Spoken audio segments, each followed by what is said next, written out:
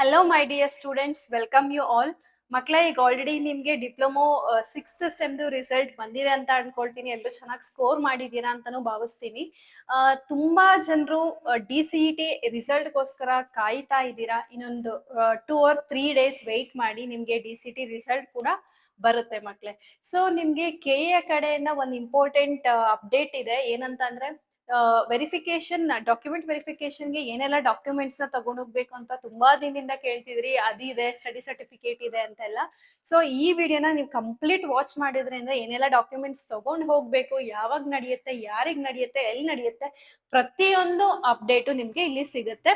ನೀವು ಈ ವಿಡಿಯೋ ನೋಡಿದ್ಮೇಲೂ ನಿಮ್ಗೆ ಏನಾದ್ರು ಕೆಲವೊಂದು ಡೌಟ್ ಇತ್ತು ಅಂದ್ರೆ ಖಂಡಿತವಾಗ್ಲೂ ಕಂಪ್ಲೀಟ್ ನೀವು ಕರೆಕ್ಟ್ ಆಗಿ ಟೈಪ್ ಮಾಡಿ ಕಮೆಂಟ್ ಸೆಕ್ಷನ್ ಅಲ್ಲಿ ಹಾಕಿದ್ರಿ ಅಂತಂದ್ರೆ ನಿಮ್ಮ ಕಮೆಂಟಿಗೆ ರಿಪ್ಲೈ ಕೂಡ ಸಿಗುತ್ತೆ. ಅದಕ್ಕಿಂತ ನಿಮ್ಗೆ ಏನಾದ್ರು ಇನ್ನೂ ಡೌಟ್ ಇತ್ತು ಅಂತಂದ್ರೆ ನೀವು ಕಾಲ್ ಅಥವಾ ಮೆಸೇಜ್ ನ ಮಾಡ್ಬೋದು. ಓಕೆ, ವಿಡಿಯೋ ಏನಿದೆ ಅಂತ ಫಸ್ಟ್ ನೋಡೋಣ ಬನ್ನಿ.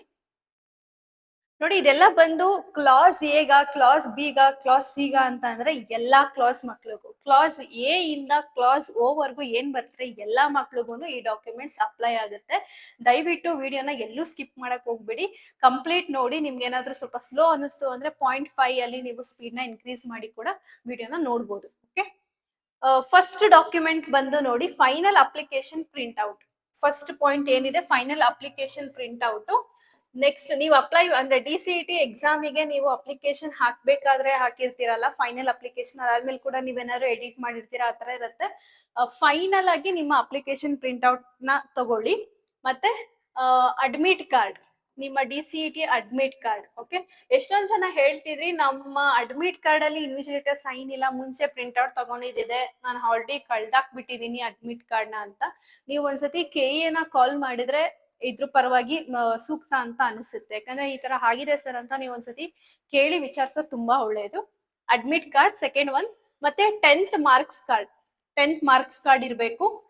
ಡಿಪ್ಲೊಮೊ ಎಲ್ಲಾ ಸೆಮಿಸ್ಟರ್ದು ಮಾರ್ಕ್ಸ್ ಕಾರ್ಡ್, ಫಸ್ಟ್ ಸೆಮ್ ಇಂದ ಹಿಡಿದು 6th ಸೆಮ್ ವರ್ಗು ಮಾರ್ಕ್ಸ್ ಕಾರ್ಡ್. ಗೊತ್ತಿದೆ 6th ಸೆಮ್ದು ರಿಸಲ್ಟ್ ನಿಮ್ಗೆ ರೀಸೆಂಟ್ಲಿ ಅನೌನ್ಸ್ ಆಗಿರೋದು. ಸೊ 6th ಸೆಮ್ದು ನಿಮ್ದು ಮಾರ್ಕ್ಸ್ ಕಾರ್ಡ್ ಇರೋದಿಲ್ಲ. ನೀವೇನ್ ಮಾಡ್ಬೇಕು ಅಂದ್ರೆ ಪ್ರಾವಿಷನಲ್ ಮಾರ್ಕ್ಸ್ ಕಾರ್ಡ್ ನ ಕೊಡ್ತಾರೆ ನಿಮ್ಮ ಕಾಲೇಜಲ್ಲಿ. ಪ್ರಿನ್ಸಿಪಲ್ ಸಿಗ್ನೇಚರ್ ಇರುತ್ತೆ, ನಿಮ್ಮ ಕಾಲೇಜಿನ ಪ್ರಿನ್ಸಿಪಲ್ ಸಿಗ್ನೇಚರ್ ಇರುತ್ತೆ, ಅದನ್ನ ನೀವು ಕಲೆಕ್ಟ್ ಮಾಡ್ಕೋಬೇಕಾಗತ್ತೆ. ಓಕೆ, ನೆಕ್ಸ್ಟ್ ಬಂದು ಸ್ಟಡಿ ಸರ್ಟಿಫಿಕೇಟ್.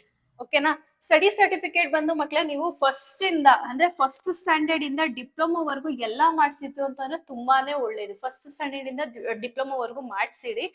ಅವ್ರು ಕೇಳ್ತಾ ಇರೋದು ನಿಮ್ಗೆ 7 ವರ್ಷದ ಮಾತ್ರ, ಬಟ್ ನಾವ್ ನಿಮ್ಗೆ ಹೇಳೋದು ಎಲ್ಲಾನು ಮಾಡ್ಸಿ.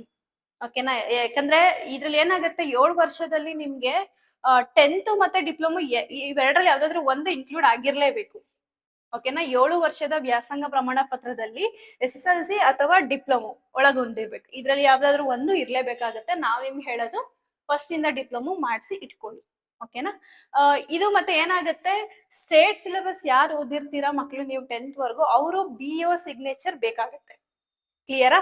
BO ಸಿಗ್ನೇಚರ್ ಮಾಡಿಸ್ಕೋಬೇಕಾಗತ್ತೆ. ಯಾರೆಲ್ಲ ನೀವು CBSE ICSE ಓದಿರ್ತೀರಾ ಅವ್ರಿಗೆ BO ಸಿಗ್ನೇಚರ್ ನೆಸೆಸರಿ ಇಲ್ಲ. ಕ್ಲಿಯರ್ ಅಲ್ವಾ? ಸ್ಟೇಟ್ ಮಕ್ಳಿಗೆ ಮಾತ್ರ BO ಸಿಗ್ನೇಚರ್ ಹೇಳಿದ್ದಾರೆ. CBSE ICSE BO ಸಿಗ್ನೇಚರ್ ಬೇಡ. ಓಕೆನಾ, ನೆಕ್ಸ್ಟ್ ಈಗ ನಾನು ಏನ್ ಹೇಳ್ದೆ 5 ಡಾಕ್ಯುಮೆಂಟ್ಸ್, ಇದಿಷ್ಟು ಬಂದು 1 ಮಿನಿಟ್, ಇದಿಷ್ಟು ಬಂದು ಏನಾಗುತ್ತೆ compulsory documents for all the students. ಈ 5 ಡಾಕ್ಯುಮೆಂಟ್ ಸೇಮ್ ಇರುತ್ತೆ. ಈಗ ನೆಕ್ಸ್ಟ್ ಬರೋ ಅಂತದ್ದು ಯಾವ ನಿಮಗೆ ಅಪ್ಲೈ ಆಗುತ್ತೆ. ಫಾರ್ ಎಕ್ಸಾಂಪಲ್, ಈಗ ನಾನು ಡಿಪ್ಲೊಮಾ ಸ್ಟೂಡೆಂಟ್, ನಾನು ಕನ್ನಡ ಮೀಡಿಯಂ ನ ಓದಿದ್ದೀನಿ, ಫಸ್ಟ್ ಸ್ಟ್ಯಾಂಡರ್ಡ್ ಇಂದ 10th ವರ್ಗು ಕನ್ನಡ ಮೀಡಿಯಂ ಓದಿದ್ದೀನಿ ಅಂದ್ರೆ ನನಗೆ ಕನ್ನಡ ಮೀಡಿಯಂ ಅಪ್ಲೈ ಆಗುತ್ತೆ. ಅರ್ಥ ಆಗ್ತಿದೆ ಅಲ್ವಾ? ನಾನು ಇನ್ ಕೇಸ್ ನಾನು ಕಲ್ಯಾಣ ಕರ್ನಾಟಕ ಆರ್ 371J ನನಗೆ ಅಪ್ಲೈ ಆಗುತ್ತೆ ಅಂತಂದ್ರೆ ಆ ಸರ್ಟಿಫಿಕೇಟ್ ನಿಮ್ಗೆ ಅಪ್ಲೈ ಆಗುತ್ತೆ, ಆ ತರ. ಸೊ ಈಗ ನೋಡ್ತಾ ಹೋಗೋಣ. ಫಸ್ಟ್ ಬಂತು ನೋಡಿ, ಕನ್ನಡ ಮಾಧ್ಯಮ ವ್ಯಾಸಂಗ ಪ್ರಮಾಣ ಪತ್ರ. ತುಂಬಾ ಜನ ಕನ್ಫ್ಯೂಸ್ ಮಾಡ್ಕೊಂಡಿದ್ದೀರಾ, madam study certificate Kannada medium study certificate ಎರಡು ಒಂದೇ ಅಲ್ವಾ? ಒಂದೇ ಅಲ್ಲ.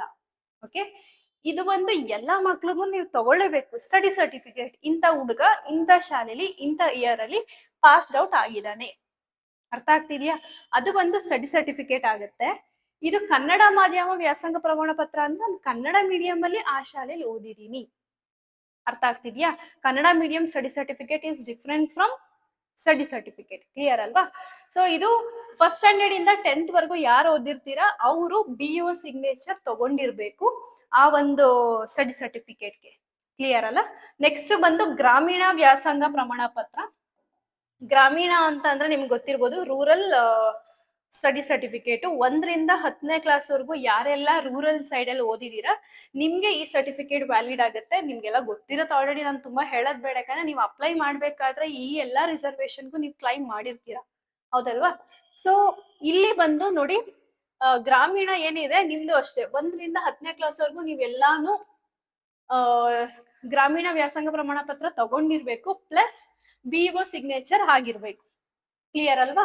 ಮತ್ತೆ ಇಲ್ಲಿ ಹೇಳಿದರೆ ಸಾಮಾನ್ಯ ವರ್ಗದ ಅಭ್ಯರ್ಥಿಗಳು ಗ್ರಾಮೀಣ ವ್ಯಾಸಂಗ ಪ್ರಮಾಣ ಪತ್ರದ ಜೊತೆಗೆ ಪರಿಶೀಲನಾ ಪ್ರಮಾಣ ಪತ್ರ ವಿದ್ಯಾರ್ಥಿಗಳಿಗೆ ಮಾತ್ರ. ಅಂದ್ರೆ ಈಗ ಏನಾಗುತ್ತೆ, ಕೆಲವೊಬ್ರು ಯಾವ ಕ್ಯಾಟಗರಿಗೂ ಬಿಲಾಂಗ್ ಆಗಲ್ಲ. ಲೈಕ್ ಅವರು category 1, 2A, 2B, 3A, 3B ಯಾವ ಕ್ಯಾಟಗರಿಗೂ ಇರಲ್ಲ, ಜನರಲ್ ಮೆರಿಟ್ ಅಲ್ಲಿ ಇರ್ತಾರೆ, ಹೌದಲ್ವಾ? General merit student rural side ಅಲ್ಲಿ ಓದಿರ್ತಾನೆ 1st ಇಂದ 10th ವರೆಗೂ. ಅವ್ನ್ ಏನ್ ಮಾಡ್ಬೇಕಾಗುತ್ತೆ, ನೀವು ಇದನ್ನ ಗ್ರಾಮೀಣ ವ್ಯಾಸಂಗ ಪ್ರಮಾಣ ಪತ್ರದ ಜೊತೆಗೆ ನಿಮ್ಗೆ NCL ಅಂತ ಕೂಡ ಕೊಡ್ತಾರೆ. ಓಕೆನಾ? NCL ಸರ್ಟಿಫಿಕೇಟ್ ಅಂತ, ನಾನ್ ಕ್ರಿಮಿ ಲೇಯರ್ ಸರ್ಟಿಫಿಕೇಟ್ ಅಂತ ಕರಿತೀವಿ. ಈ ಸರ್ಟಿಫಿಕೇಟ್ ಎಲ್ಲಿ ಸಿಗುತ್ತೆ ಮೇಡಮ್ ಅಂದ್ರೆ ನಿಮ್ಮ ತಾಲೂಕ್ ಆಫೀಸ್ ನಲ್ಲೇ ಮಾಡಿ ಕೊಡ್ತಾರೆ. ಓಕೆನಾ? ಅಲ್ಲಿ ಮಾಡ್ತಾರೆ, ನೀವು ಅದನ್ನ ತಗೊಳ್ಬೇಕಾಗತ್ತೆ. ಸಾಮಾನ್ಯ ವರ್ಗ ಅಂದ್ರೆ ಜನರಲ್ ಮೆರಿಟ್ ಸ್ಟೂಡೆಂಟು ಗ್ರಾಮೀಣಗೆ ರಿಸರ್ವೇಶನ್ ಕ್ಲೈಮ್ ಮಾಡೋರು ಇದ್ರೆ ಮಾತ್ರ. ಓಕೆನಾ? ಇದು ಒಂದು ನೆನ್ಪಿಟ್ಕೊಳ್ಳಿ. ನೆಕ್ಸ್ಟ್ ಬಂದು ನೋಡಿ, ಜಾತಿ ಮತ್ತು ಆದಾಯ ಪ್ರಮಾಣ ಪತ್ರ, ಕ್ಯಾಸ್ಟ್ ಅಂಡ್ ಇನ್ಕಮ್ ಸರ್ಟಿಫಿಕೇಟ್. ಓಕೆನಾ? ಜಾತಿ ಮತ್ತು ಆದಾಯ ಪ್ರಮಾಣ ಪತ್ರ ಇದು ನೋಡಿ, ಯಾರೆಲ್ಲ ನೀವು like 2A, 2B, 3A, 3B category 1 SC ST ಯಾರೆಲ್ಲ ಬರ್ತೀರಾ, ಇದನ್ನ ಒಂದ್ಸತಿ ನೋಡಿ. ವ್ಯಾಲಿಡ್ ಇರಬೇಕು. ನಿಮ್ಮ ಕ್ಯಾಸ್ಟ್ ಸರ್ಟಿಫಿಕೇಟ್ ಎಕ್ಸ್ಪೈರ್ ಆಗಿರುತ್ತೆ ಅಥವಾ ನಾಳೆಗೆ ಎಕ್ಸ್ಪೈರ್ ಆಗ್ತಾ ಇರುತ್ತೆ, ಆ ತರ ಇಟ್ಕೊಳಕ್ ಹೋಗ್ಬಿಡಿ. ದಯವಿಟ್ಟು ಅದನ್ನ ರಿನಿವಲ್ ಮಾಡಿಸಿ, ಚಾಲ್ತಿಯಲ್ಲಿ ಇರಬೇಕು ಕ್ಯಾಸ್ಟ್ ಅಂಡ್ ಇನ್ಕಮ್ ಸರ್ಟಿಫಿಕೇಟ್, ಅವಾಗಷ್ಟೇ ವ್ಯಾಲಿಡ್ ಮಾಡೋದು. ಓಕೆನಾ? ಮತ್ತೆ ಇನ್ನೊಂದು ಹೇಳ್ಬೇಕು, SC ಮಕ್ಕಳು ಯಾರಿದ್ದೀರಾ ನೀವು, ನಿಮ್ಮ ಸರ್ಟಿಫಿಕೇಟ್ ಅಲ್ಲಿ ಪ್ರವರ್ಗ A, B, C ಅಂತ ಮೆನ್ಷನ್ ಮಾಡಿದಾರ ಅಂದ್ರೆ ಹೊಸ ಸರ್ಟಿಫಿಕೇಟ್ ಒಂದ್ಸತಿ ಚೆಕ್ ಮಾಡ್ಕೊಳ್ಳಿ. ನೀವು ಆಲ್ರೆಡಿ ಅಪ್ಲಿಕೇಶನ್ ಹಾಕ್ಬೇಕಾದ್ರೆ ಚೆಕ್ ಮಾಡಿದೀರಾ ಅಂತ ಅನ್ಕೊಳ್ತೀನಿ, ಬಟ್ ಇನ್ನೊಂದ್ಸತಿ ನೀವು ನೋಡೋದು ತುಂಬಾ ಒಳ್ಳೇದು. ಓಕೆನಾ? ಇದು ಒಂದು ಜಾತಿ ಮತ್ತು ಆದಾಯ ಪ್ರಮಾಣ ಪತ್ರ. ಅದು ನೆಕ್ಸ್ಟ್ ಬರೋದಾದ್ರೆ 371J, ಹೈದರಾಬಾದ್ ಕರ್ನಾಟಕ ಯಾರು ಬಿಲಾಂಗ್ ಆಗ್ತೀರಾ ಅವ್ರಿಗೆ ಬರುತ್ತೆ. ಯಾರೆಲ್ಲ ಅಪ್ಲೈ ಮಾಡಿದೀರಾ ನೀವು ಈ ಒಂದು ಸರ್ಟಿಫಿಕೇಟ್ ನ ತಗೊಂಡು ವೆರಿಫಿಕೇಶನ್ಗೆ ಹೋಗ್ಬೇಕಾಗತ್ತೆ. ಓಕೆನಾ? ನೆಕ್ಸ್ಟ್ ಬಂದು ತಂದೆ ತಾಯಿ ಪೋಷಕರ. ಇದು ಒಂದು ಏನಾಗುತ್ತೆ, ವರಿ ಮಾಡ್ಬಿಡಿ, ಈ ಏನ್ ಕಾಲಮ್ ಇದೆ 10th 1 ಮಿನಿಟ್ 10th ಕಾಲಮ್ ಅಲ್ಲಿ ಏನ್ ಹೇಳಿದಾರಲ್ವಾ, ಇದು ಬಂದು ಕ್ಲಾಸ್ A ಮಕ್ಳಿಗೆ ಬರೋದಿಲ್ಲ. ಕ್ಲಿಯರಾ? ಕ್ಲಾಸ್ A ಮಕ್ಳಿಗೆ ಬರೋದಿಲ್ಲ. ಯಾರಿಗ್ ಬರುತ್ತೆ ಮ್ಯಾಮ್ ಇದು? ಚೆಕ್ ಮಾಡಿ. ಕ್ಲಾಸ್ B, ಕ್ಲಾಸ್ C ಯಾರೆಲ್ಲ ಈಗ ತಂದೆ ತಾಯಿ ಬೇರೆ ಒಂದು ಇದ್ರಲ್ಲಿ ಓದಿರ್ತಾರೆ, ಆ ತರ ಇರುತ್ತಲ್ವಾ, ನೀವು ಕ್ಲಾಸ್ A ಬಿಟ್ಟು ಬೇರೆ ಯಾವ ಕ್ಲಾಸ್ ಬರ್ತೀರಾ ಅವ್ರಿಗೆ ಇದು ಅಪ್ಲೈ ಆಗುತ್ತೆ. ನೀವು ಅದನ್ನ ಸ್ವಲ್ಪ ನೋಡ್ಕೋಬೇಕು. ಓಕೆ? ನೆಕ್ಸ್ಟ್ ಹೊರನಾಡು ಮತ್ತು ಗಡಿನಾಡು ಕನ್ನಡಿಗ ಕೋಟ. ಇದು ಒಂದ್ಸತಿ ನೋಡ್ರಪ್ಪ, ನೀವು ಅಫಿಡವಿಟ್ ನ ಸಬ್ಮಿಟ್ ಮಾಡ್ಬೇಕಾಗತ್ತೆ. ನೆಕ್ಸ್ಟ್ ಮಾನ್ಯತೆ ಇರುವ ನಾಟ ಪರೀಕ್ಷೆಗೆ ಅಂಕಪಟ್ಟಿ ಆರ್ಕಿಟೆಕ್ಟ್ ಕೋರ್ಸ್ಗಳಿಗೆ ಮಾತ್ರ. ಇದು ಇದಕ್ ಬರೋದಿಲ್ಲ, ಆರ್ಕಿಟೆಕ್ಟ್ ಕೋರ್ಸಿಗೆ ಮಾತ್ರ ನೀವು ಸಬ್ಮಿಟ್ ಮಾಡ್ಬೇಕಾಗತ್ತೆ ನಿಮ್ಮ ನಾಟ ಪರೀಕ್ಷೆಯ mark sheet. Okay? Last one is, ನಾನು ಹೇಳ್ದೆ ಅಲ್ಲ ಅವಾಗ್ಲೇ, SC ಕ್ಯಾಟಗರಿ ಅವರು ಒಳ ಮೀಸಲಾತಿ ಮಾಡಿರೋದ್ರಿಂದ ನೀವು ಪ್ರವರ್ಗ A ನ B ನ C ನ ಅಂತ ನೋಡಿ ಒಂದ್ಸತಿ. ಓಕೆ? ಪ್ರವರ್ಗ A ನ B ನ C ನ ಮೆನ್ಷನ್ ಆಗಿರ್ಬೇಕು. ನೀಟಾಗಿ ನೋಡ್ಕೊಂಡು ನೀವು ಇದ್ ಮಾಡ್ಕೊಳ್ಳೋದು ಒಳ್ಳೇದು. ಮ್ಯಾಮ್ ಇಷ್ಟೆಲ್ಲ ಡಾಕ್ಯುಮೆಂಟ್ಸು ಓಕೆನಾ ರೆಡಿ ಇದೆ ನಮ್ಮ ಹತ್ರ, ಎಲ್ಲಿಗೆ ಹೋಗ್ಬೇಕು ವರಿ ಮಾಡ್ಬಿಡಿ. ಈ ಎಲ್ಲಾ ಡಾಕ್ಯುಮೆಂಟ್ಸ್ಗೂ ಇವಾಗ ನಿಮ್ಗೆ ನೋಟಿಫಿಕೇಶನ್ ಬಿಟ್ಟಿರೋದು ಯಾರಿಗೆ ಅಂತಂದ್ರೆ class B to class 1 minute. Okay,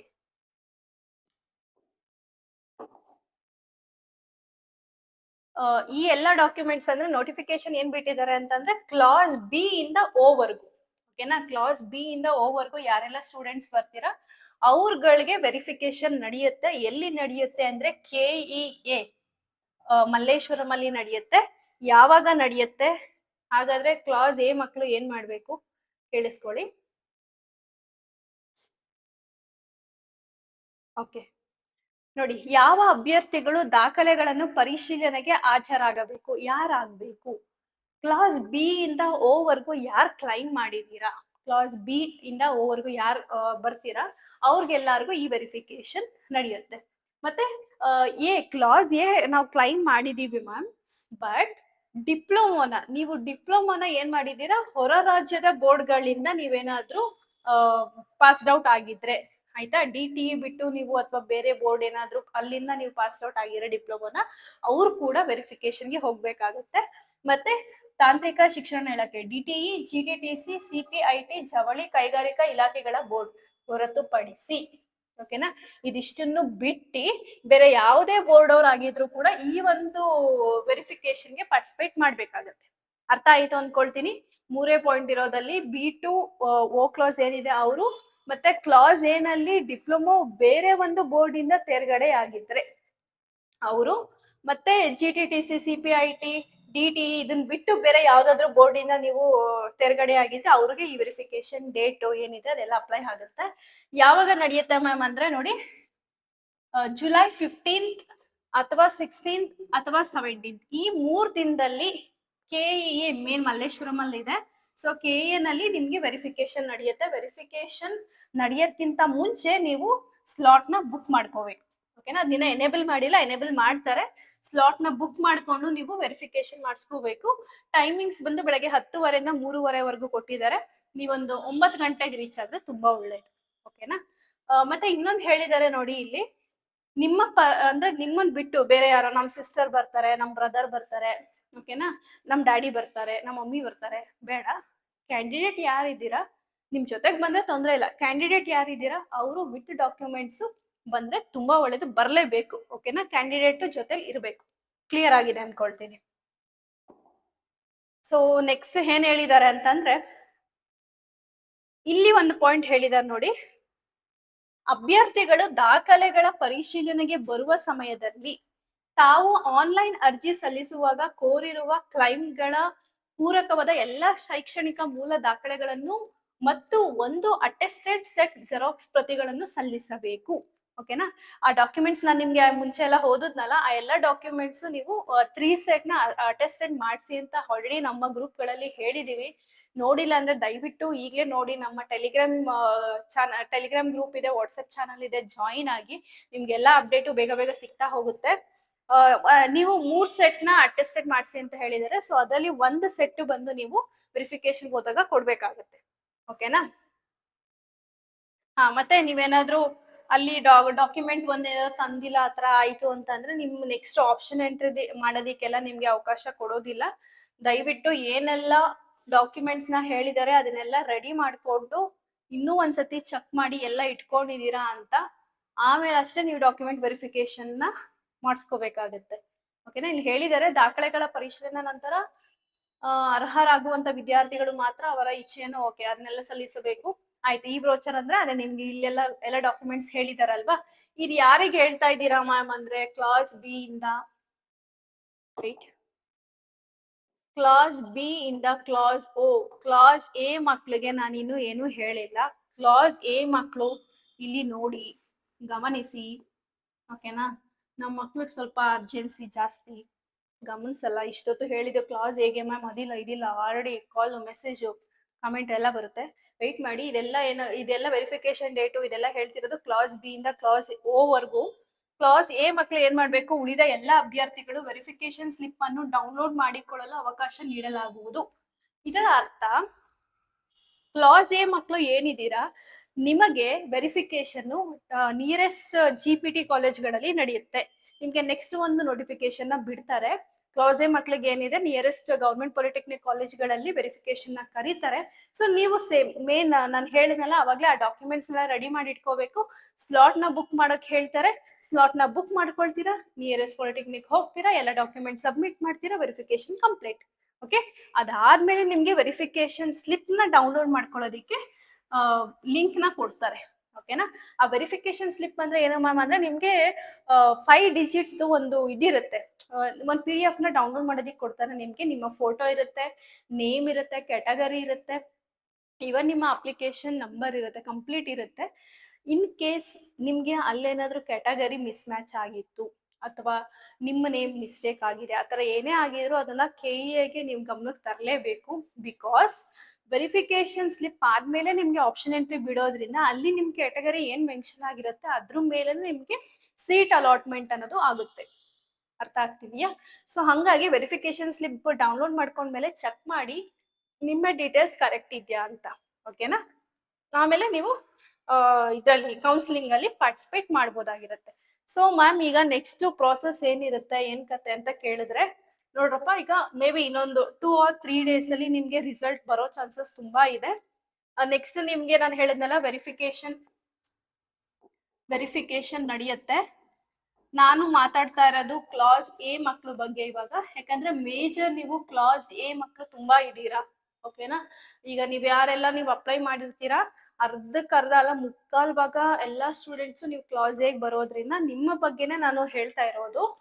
verification ನ ಮಾಡಿಸ್ಬೇಕಾಗತ್ತೆ. ಎಲ್ಲಿ GPT ಕಾಲೇಜಲ್ಲಿ ಹೇಗೆ ಸ್ಲಾಟ್ ಬುಕ್ ಮಾಡ್ಕೋಬೇಕು, ಯಾವಾಗ ಬುಕ್ ಮಾಡ್ಕೋಬೇಕು, ಇನ್ನ ಡೇಟ್ಸ್ ಕೊಟ್ಟಿಲ್ಲ,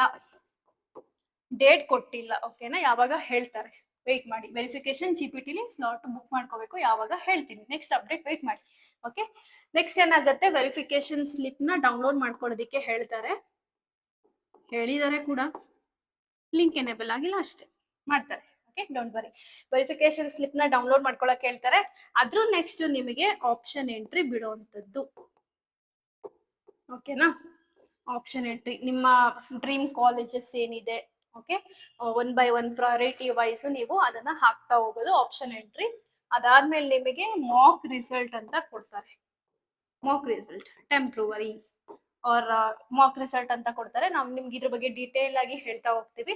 ಮಾಕ್ ರಿಸಲ್ಟ್ ಆದ್ಮೇಲೆ round 1, okay, round 1 real result ನ ಅನೌನ್ಸ್ ಮಾಡ್ತಾರೆ. ಸೊ ನಿಮ್ಮ ಪ್ರೋಸೆಸ್ ಇದಾಗಿರುತ್ತೆ. Verification slip, option entry, Mach result, round 1 real result. ಅದಾದ್ಮೇಲೆ ನೆಕ್ಸ್ಟ್ ನೀವು ಚಾಯ್ಸ್ ಎಂಟ್ರಿ ಮಾಡ್ತೀರಾ. ಓಕೆನಾ? ಚಾಯ್ಸ್ ಎಂಟ್ರಿ ಅಂದ್ರೆ ಈಗ ನಿಮ್ಗೆ ಸಿಕ್ಕಿರೋ ಕಾಲೇಜ್ ಇಷ್ಟ ಇದೆ ಅಂದ್ರೆ 4 ಚಾಯ್ಸ್ ಬರುತ್ತೆ. ಅದನ್ನೆಲ್ಲ ಹೇಳ್ತಾ ಹೋಗ್ತೀನಿ ನೆಕ್ಸ್ಟ್ ವಿಡಿಯೋದಲ್ಲಿ. ತುಂಬಾ ಹೇಳಿದ್ರೆ ನಿಮ್ಗೆ ತಲೆಗೆ ಆಗ್ದಂಗಾಗುತ್ತೆ, ಬೇಡ. ಸೊ ರೌಂಡ್ 1 ಆದ್ಮೇಲೆ ಚಾಯ್ಸ್ ಎಂಟ್ರಿ ಆಗುತ್ತೆ. ಅದಾದ್ಮೇಲೆ ರೌಂಡ್ 2, ನೆಕ್ಸ್ಟ್ ಆ ತರ ಪ್ರೋಸೆಸ್ ರನ್ ಆಗ್ತಾ ಹೋಗುತ್ತೆ. ಸೊ ನೀವು ಇವಾಗ ಮಾಡ್ಬೇಕಾಗಿರೋದು ಪ್ರೈಮರಿ ಬಂದು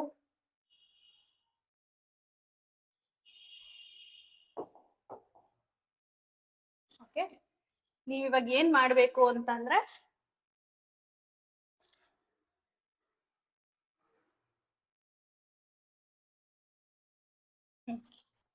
ಓಕೆ, ಈ ಎಲ್ಲಾ ಡಾಕ್ಯುಮೆಂಟ್ಸ್ನು ರೆಡಿ ಮಾಡಿ ಇಟ್ಕೋಬೇಕು.